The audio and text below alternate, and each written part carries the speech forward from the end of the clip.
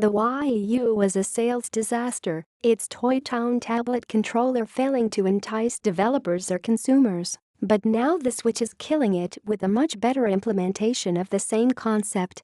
This boom and bust model goes back further, though. It began with the Super Nintendo Entertainment System. The SNES got off to a slow start against the scorchingly confident Mega Drive. Sega's machine, designed with a powerful 16-bit processor capable of handling the company's brilliant late 80s arcade titles, was marketed with verve and aplomb, lighting up the teen demographic with coin-op hits like Golden Axe and Altered Beast.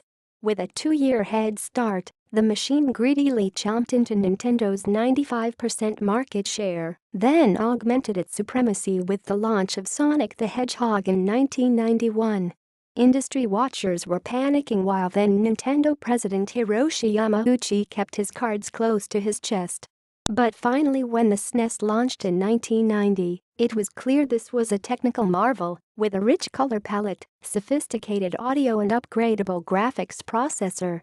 After a thundering start in Japan, the initial shipment of 300,000 units sold out in a matter of hours. It took a while for the console to gain ground elsewhere in the world, but slowly, steadily the mega hits kept coming.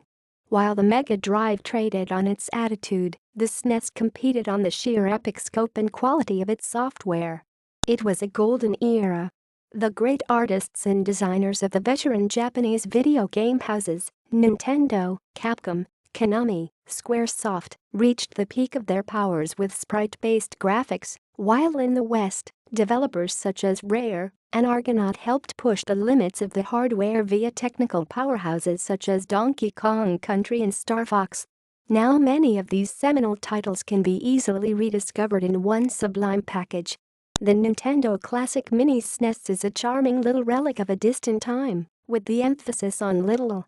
This perfectly scaled-down replica gets all the details right, yet fits snugly in your hand. The cartridge slot and eject button are just for show, and the original joypad ports simply flip open to allow you to connect the perfectly recreated controllers. But this is a lovely, convincing reproduction, its diminutive size neatly augmenting the nostalgia factor.